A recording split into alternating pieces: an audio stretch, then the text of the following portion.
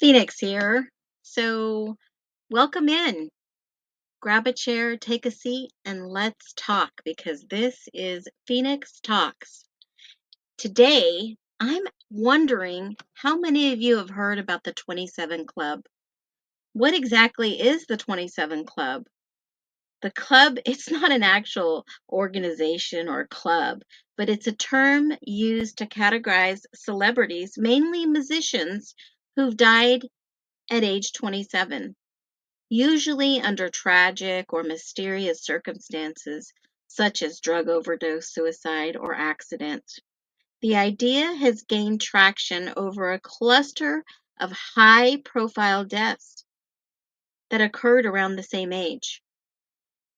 It mostly refers to a group of influential musicians, artists, and actors that, age 27, it's kind of become a cultural phenomenon. But today, we're going to unwrap the mystery, the conspiracy theories, and symbolism, especially in music history. So grab your seat. Here we go.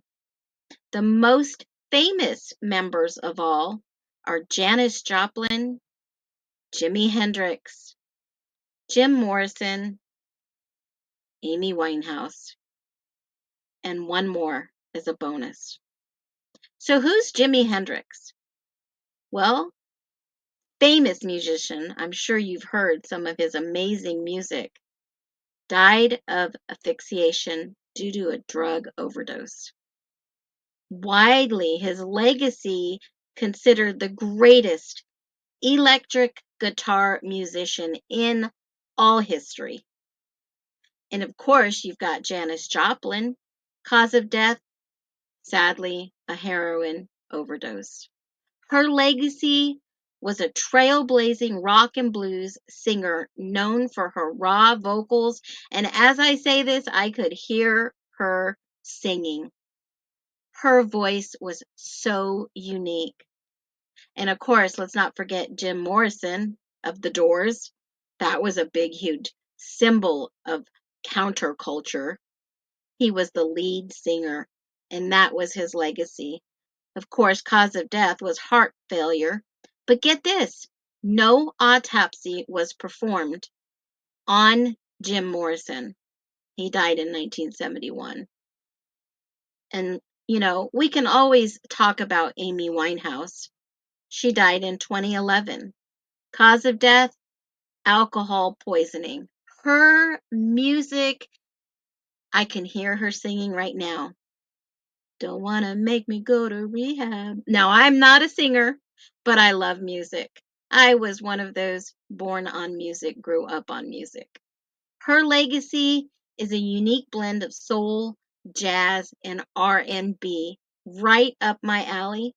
But sadly, she was plagued by addiction. Alcohol poisoning was her cause of death. And last but not least, I don't have a picture of him, but in 1994, if you are truly Gen X, you will know Kurt Cobain. Suicide by gunshot was the cause of his death. He was the front man of Nirvana, y'all. A face of the grunge movement many of us will never forget. There are some other notable members in the 27 Club. Rolling Stones guitarist Brian Jones, he did drown in a pool. Robert Johnson, a blues legend galore in 1938, possibly poisoned. Ron Pigman McCurran from the Grateful Dead, bleeding in his GI tract from alcohol abuse in 1973. Chris Bell was a huge star, 1978 car crash. John Brandis was an actor of Sequest DSV, suicide, 2003. Now, there's plenty of theories and speculation about the 27 Club. In numerology and astrology, some believe that 27 has a symbolic or cosmic significance. Saturn return, they point to Saturn. 2730 is the great time of upheaval and transition. Lifestyle risk. Many of these artists lived fast and furious and indulged heavily in drugs and faced extreme mental pressure at a young age. I could not imagine the peer pressure. Roll out another album, hit another venue, get up on another stage, travel around the country, travel the globe. I couldn't even imagine that. The fame definitely had a curse on these individuals. The pressures of early fame are seen time and time again in many in the music industry.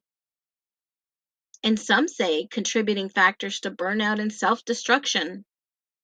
There are movies even made of 27. There's a book, there's documentaries, 27 Gone Too Soon.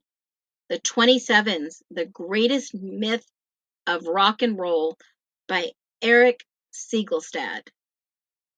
There's even some songs referenced for the 27 Club. You know the music by Fall Out Boy, 27? Yep. Amy by Green Day is another one. We've actually seen Green Day in concert.